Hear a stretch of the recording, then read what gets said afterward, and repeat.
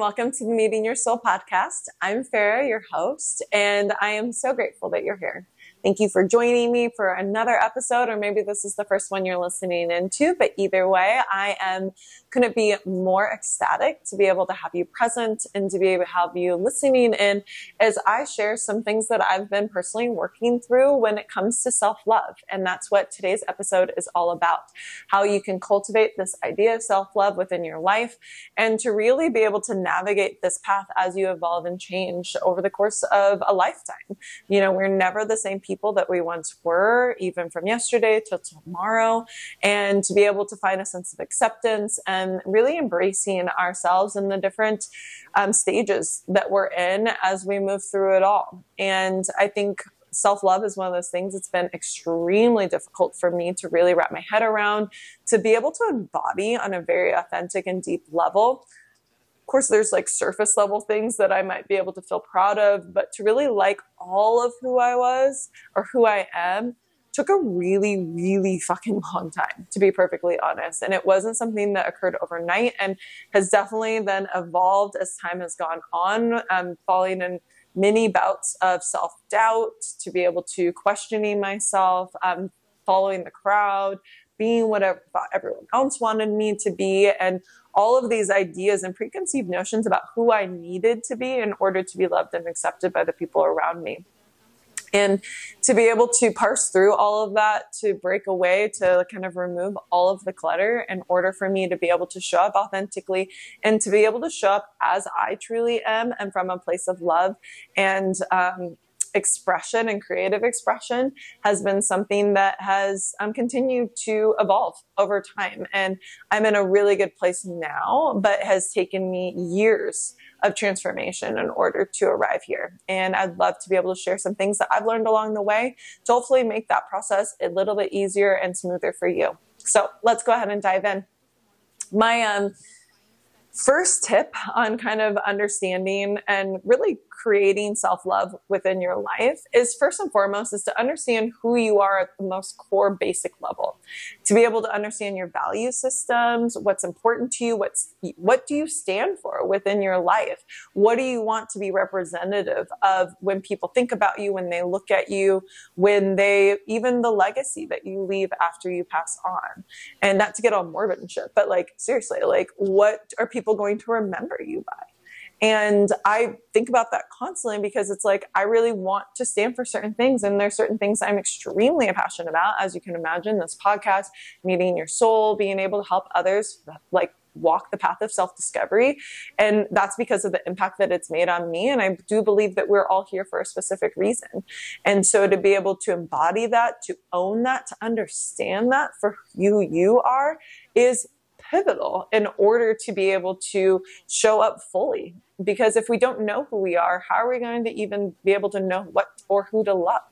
So like breaking down some of the layers, really kind of getting down to who you are on the most truest and authentic level, and the systems that you have in place that really support that.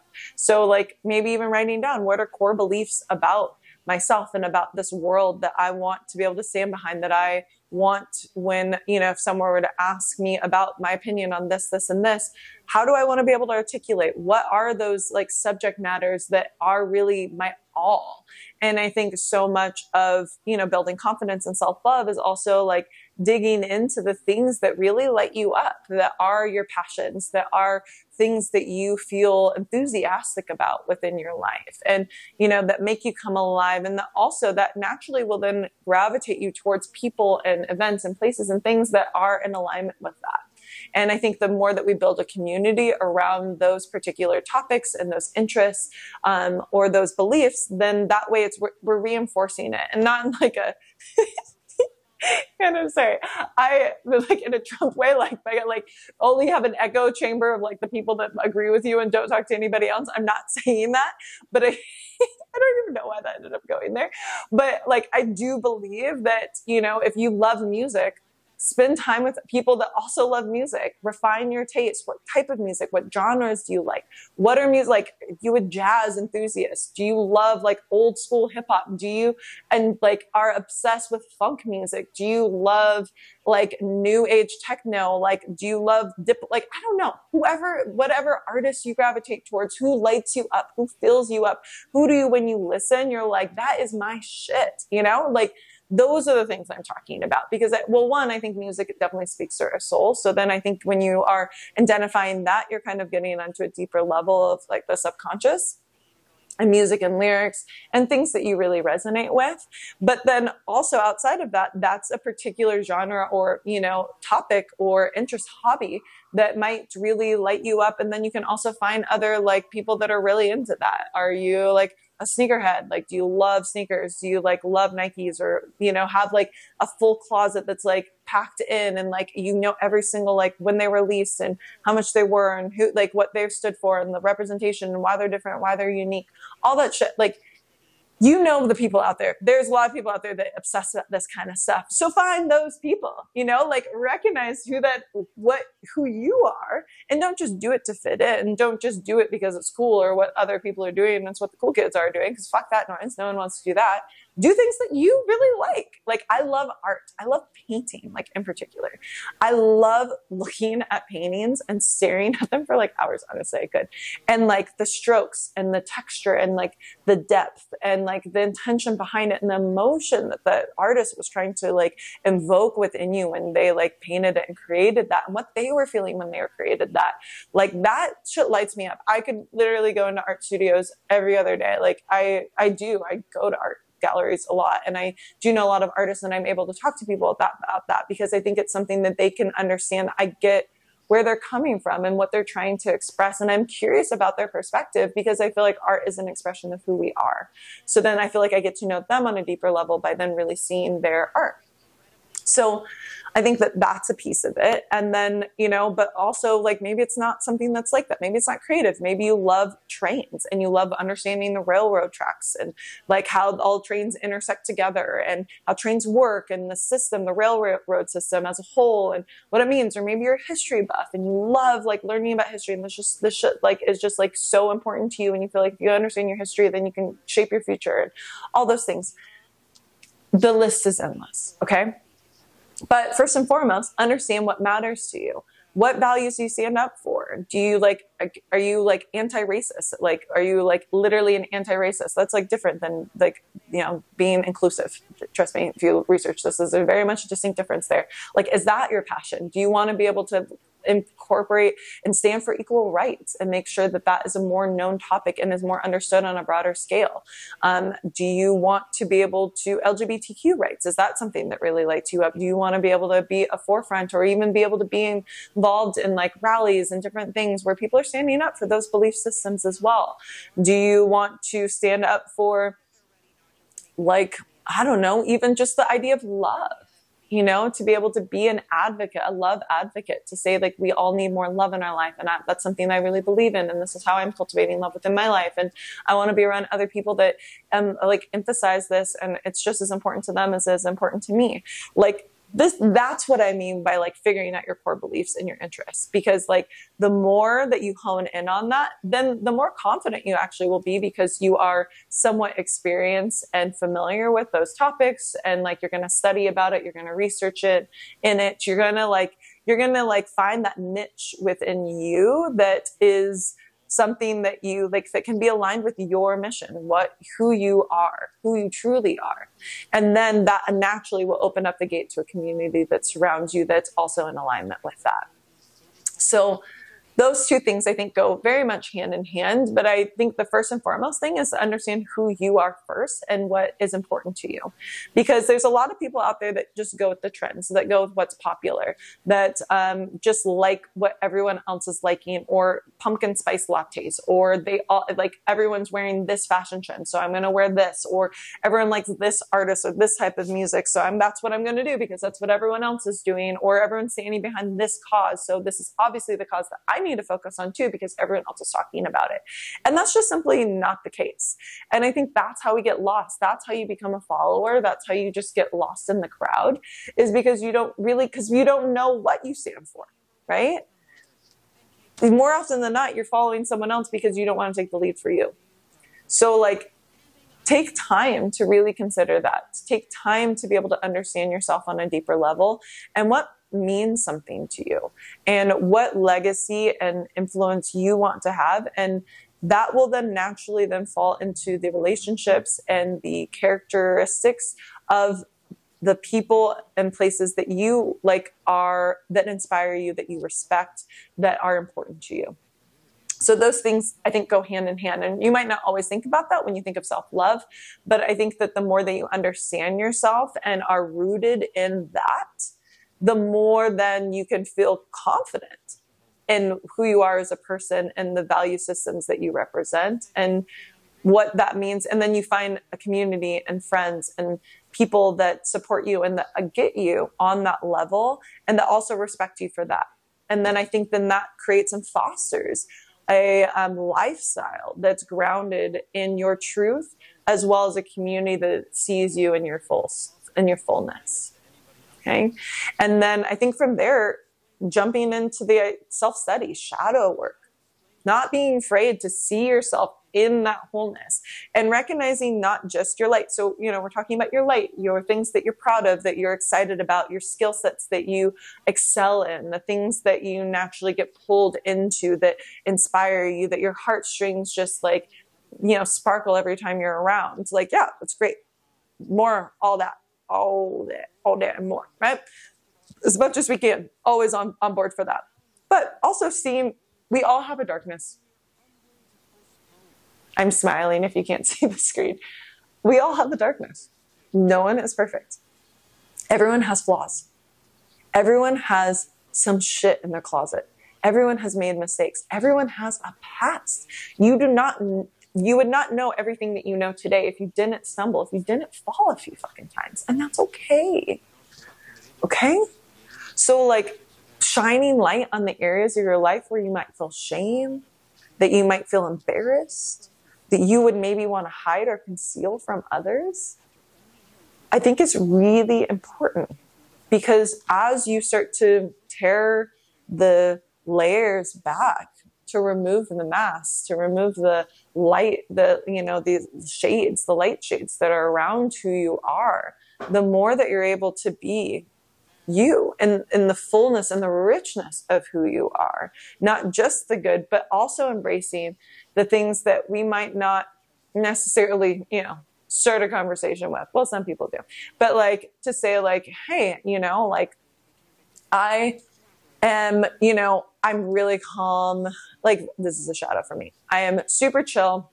I am actually very go with the flow for the most part in my life. I'm very mellow. I can like roll with the punches. Like if things shake up, if things don't go to plan, I'm kind of like, all right, whatever, we'll figure it out. Life goes on, right? But then there's a large portion of me that likes things to go to plan and to be done at a certain caliber and to be done correctly or right. And I'm working on that. And I might control scenarios or situations in order to ensure that that's the case. And I'm not like overbearing about it, but it's definitely like, I might even be slightly manipulative in the controlling of that situation. So to be like, well, I'm not going to be like, you guys have to do this. But it'd be like, well, don't you guys think it would be a good idea if we did this? Because in my mind, I have an idea of how this should go. So I'm like, well, I think this might be a good route for us to take, don't you? Or why wouldn't you want to do that? And, and I try to understand. So I'm trying to be receptive to other people's thoughts. But sometimes when I have like a blaring vision in my mind, it's really hard for me to let go of that. And so like, yes, I am mellow. I am very laid back. I am very, charismatic and kind. I am a kind person. But at the same time, I might be a little bit of a control freak. And I'm working on that right now. It's like something I'm working on the most. Like when I got pregnant, I'm like, I literally read nothing about C-sections because I was like, there's no way in hell they're going to talk me into getting a C-section. And I was like, I wanted natural, no like drugs. I wanted the whole shebang. Like I wanted to be like, I have a doula. I wanted to be in the water bath. I wanted all that shit. I wanted to feel the magic of me having a baby naturally, okay? And I have so much respect for anyone that does that, because I know that shit is not easy. And I think that was also part of it. Like, I wanted to be able to prove to myself that I could. But then, well, Bella was breached. My daughter was breached. Her feet, she was frank breech. She would not fit through my canal. And plus, I have small, skinny hips, so it probably wouldn't have worked out. Not just that, but then also the umbilical cord was short. So she actually would have gotten stuck in my birth canal. She would have died, or my placenta would have ruptured, and I would have bled to death. So I literally could not have had her any other way than a C-section. Do you know how resistant I was to the idea? I literally fought these people on this. I was such a psychopath. I was like, I'm not doing this. I got out of the hospital 2 different times because I was like, no, I will figure this out. I'm flipping her. This is all going to work, because in my mind, I had an idea of how I wanted this to go, right? So it's not like I'm being like, it's never like a bad thing. It's never like I'm trying to like vindictively like ruin people's lives. But like, there is a part of me, like, once I get attached to something, it's very hard for me to let go. And I was like, no, this has to work. This has to work, right? And so but then it didn't.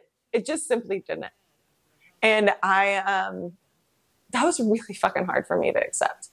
And I was so depressed. I was like so sad afterwards, because I was like, fuck. Like, I wanted this. This is all that mattered to me. And then, like, it was just so important to me. It's like my birth story, you know, that's an important thing. I'm going to get emotional about, because this is like really at the core. This is like very much something I'm still working on. And I recognize the power that it has over me too, and how much it like influences my decisions and how I live. And, but I would have died, or my baby would have died, if I would have allowed that to happen. If I wouldn't have relinquished control, one of us wouldn't be here today.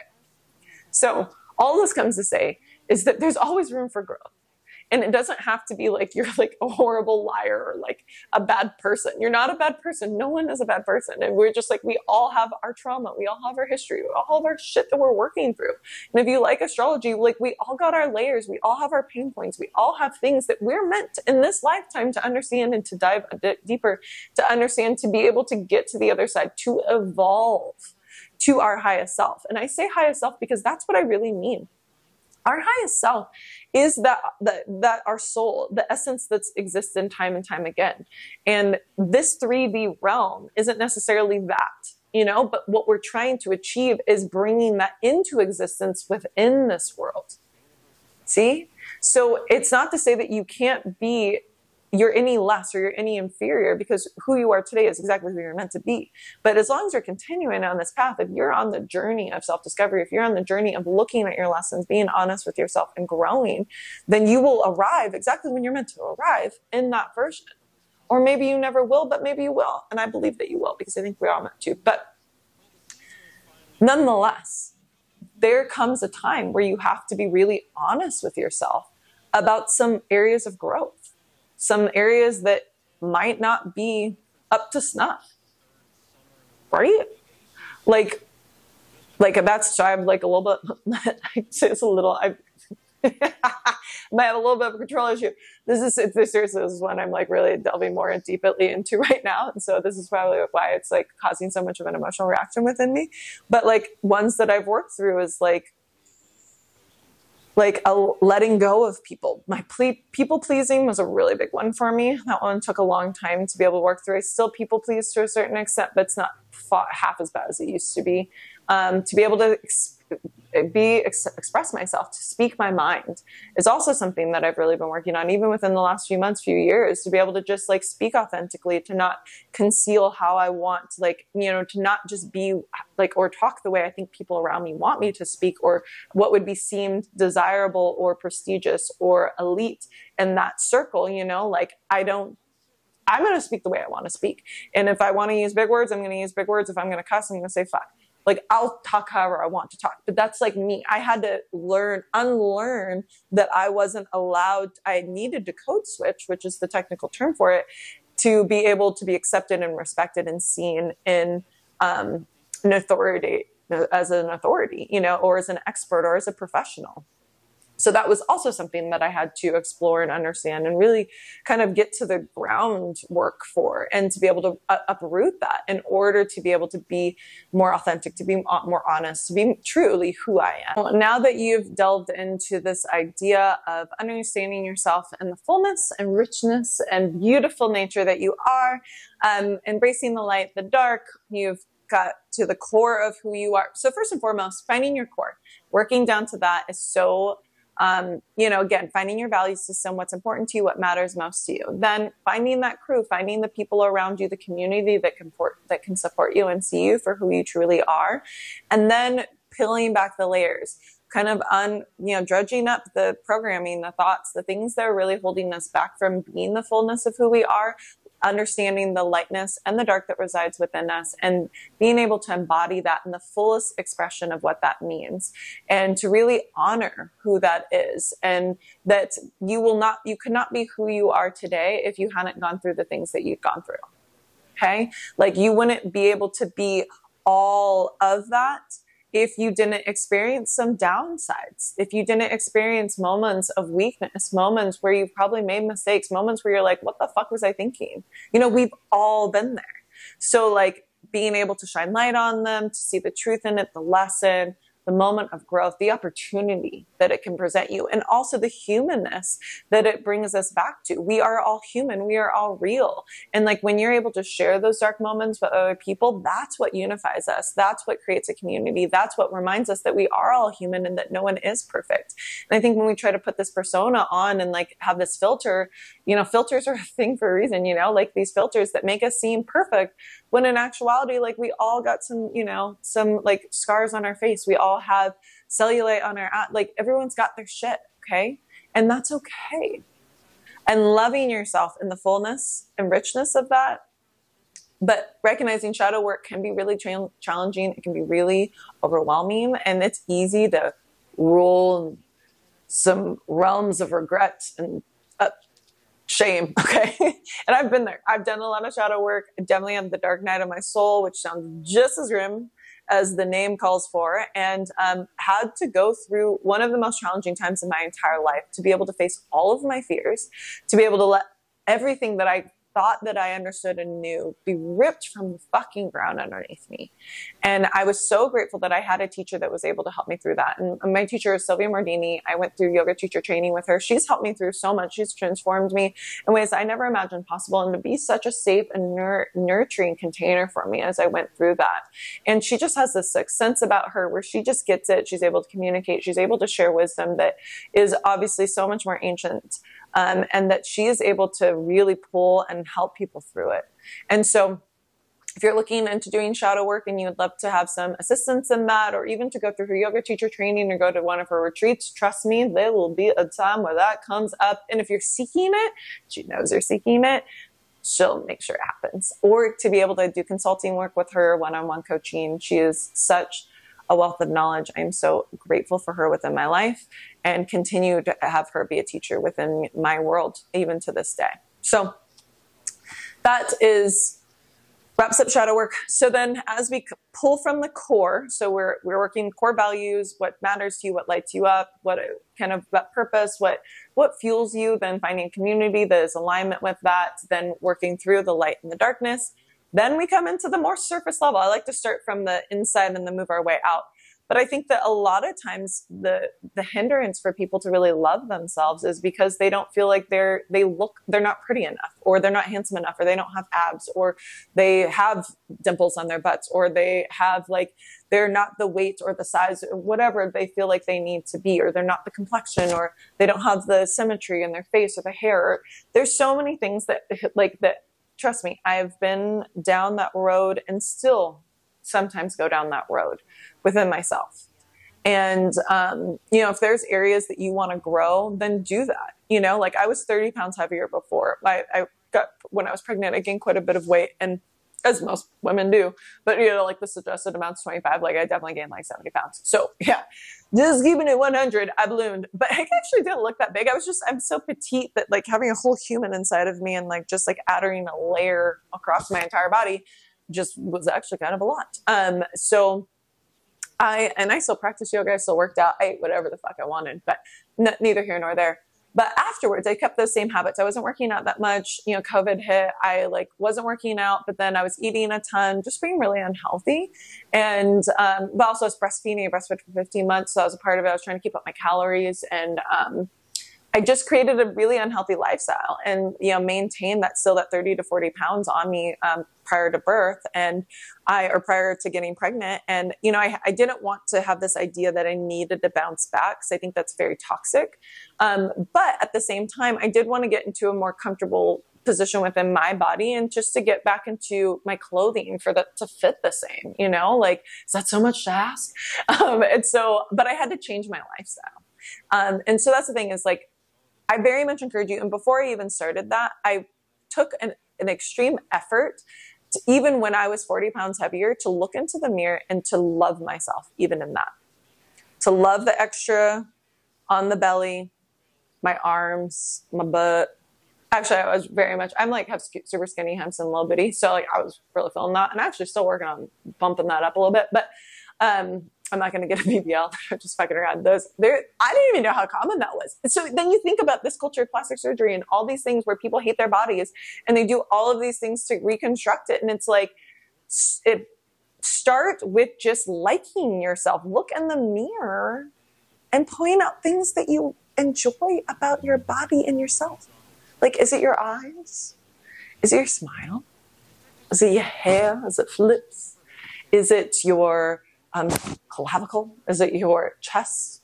Is it your booty? Is it your thighs, your knees, your toes? I don't know, your fingertips. I don't care, your nails. Whatever you like about yourself on the physical sense, go take a conscious effort to go into the mirror and to really look at yourself naked, in particular, is what I really encourage people to do. And really identify areas that you enjoy about yourself, that you're proud of, that you respect. Even like the fact that your feet have held you up in this journey of life, that your body has stretched and grown, and but has like come back and is like, might have stretch marks, but is still beautiful. Like, you are an ever evolving creature, and you are magnificent. You are a masterpiece. And sometimes I think we lose sight of that because we're comparing ourselves to others of what we feel like we need to look like or need to be. And there's no one else like you. So no one else will ever look like you unless you're an identical twin, but we won't go into that. But like, even with that, there's going to be some fluctuation within the genetics that's going to make someone look a little bit different.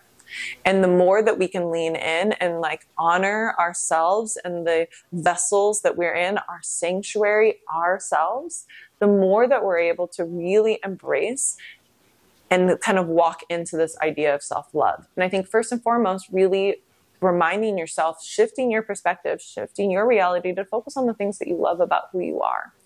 And like on the exterior and in the interior. So that goes both ways. But, you know, I think that sometimes the exterior gets lost because we're like, well, I don't really like anything in my body, but I love these things about my personality. It's like, no, bitch, you need to like yourself too. You need like all that on the outside too. And you're like, well, it's easy for you to say.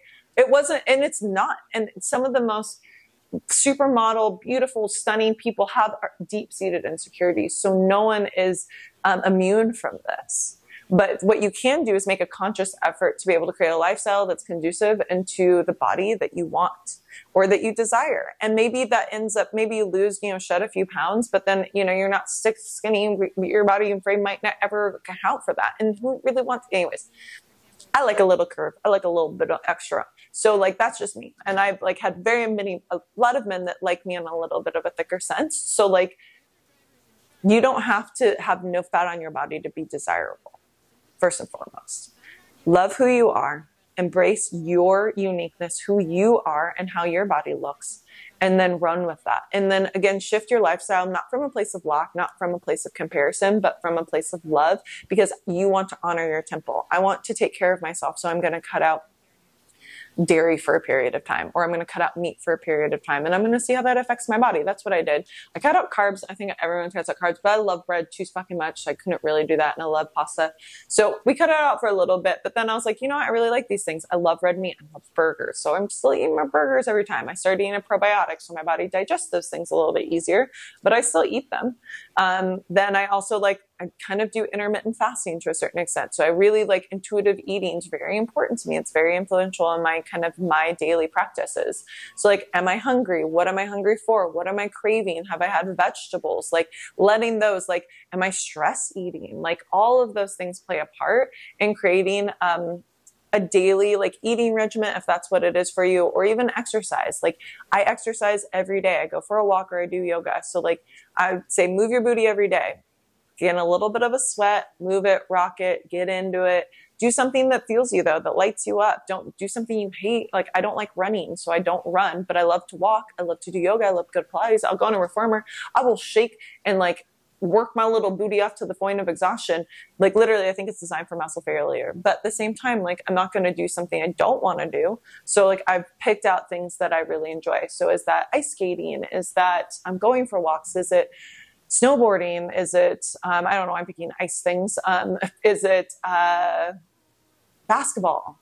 Is it, just like jogging with some friends? Maybe it's taking long walks at the beach. I don't know. Pick it out for you and then design a life that, again, these things are just little things in your tool belt that you have that aren't just for the physical benefits of it, but are also because they are keeping you grounded. They're good for your mental health. They make you feel good. You're releasing endorphins when you work out. It's all around balancing the chemistry of your body and your brain.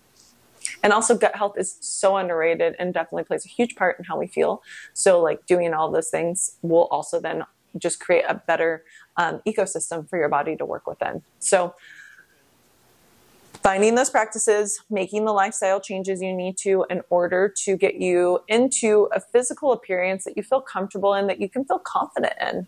And that's where our self-esteem starts to grow from, right? That's when we start to feel more secure with who we are because we're able to love the skin that we're in. We're able to put on a little fit and we're like, snap, snap, snap, snap. I always snap. I snap every time before I leave my house. It's like my little ritual. I like look in the mirror. I'm like, I shimmy, I do a little shake because I want to love myself. Like I like to feel good when I walk out. And then that embodies, I am able to carry that through in the rest of my day and everything that I do.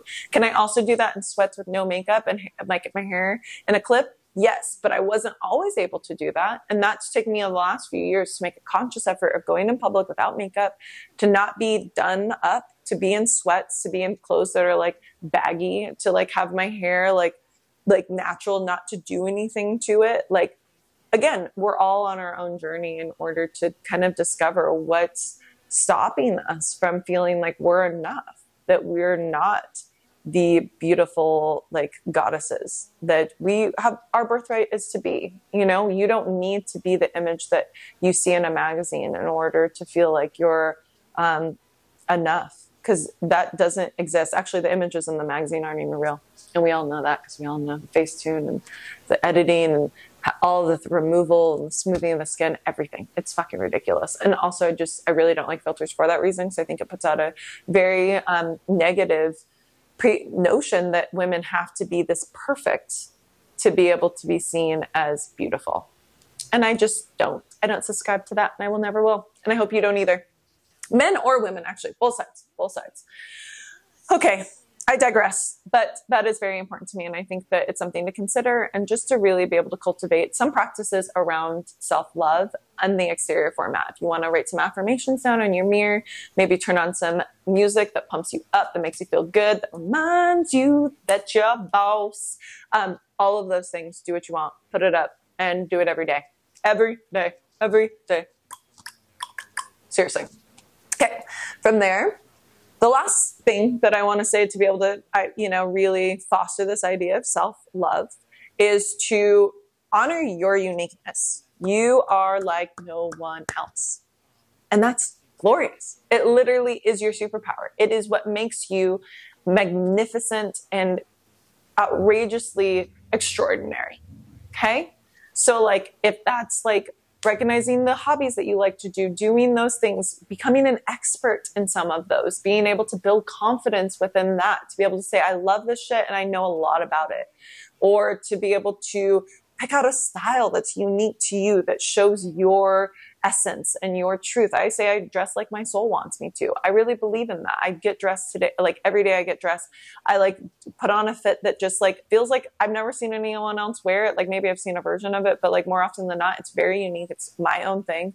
And I'm able to like let that be how I get seen within the world, to be able to speak in the way that I want to be able to laugh and have my sense of humor and to be silly and to like be like so wacky. I'm so weird. I'm so weird. You guys have no understanding. I'm like the weirdest person ever. And so like I send like little pictures of my friend and they're like, you are such a dork. And I am. I'm such a dork. The dorky middle schooler that I was is still very much present within my life. And I was so uncomfortable with who I was back then. And it's taken me a full lifetime to be able to get to this place where I can like really like own that. But that is still me. You know, like, and I, my friends who are the silliest and the most like ridiculous are the people that know me on that level and they've seen me in that form too. And then we see each other. And when you can be super fucking weird with your friends, it's like so good. Cause it's like, no, everyone wants to be like super cool and like whatever, like, oh, I'm too cool for that. I'm too cool. Yeah, like whatever, fuck that noise.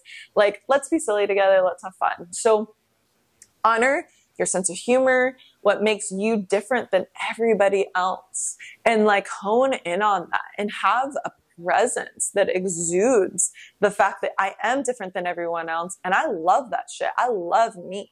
And that is what actually builds confidence. And that's what makes you attractive. That's what makes you magnetic and makes more people want to be around you. And you also sync with the people that vibe with you. Because when you're the fullness of you, you attract other people that are a part of your tribe, that are part of your kula, that are part of your soul group that is here, your soul family. I feel like I now have people in my life forever that will be a part of my soul family that see me for the fullness of me and love me for that and own that and respect me and build me up and that are always just as fucking weird as I am.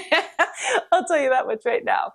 So find your uniqueness, find what makes you you. But that comes through, again, this is all pieces. These are all stages that get you to this point so that you can step into that, not because you're trying to be a rebel. And that's like a whole thing too. It's like, oh, I'm going to be anti.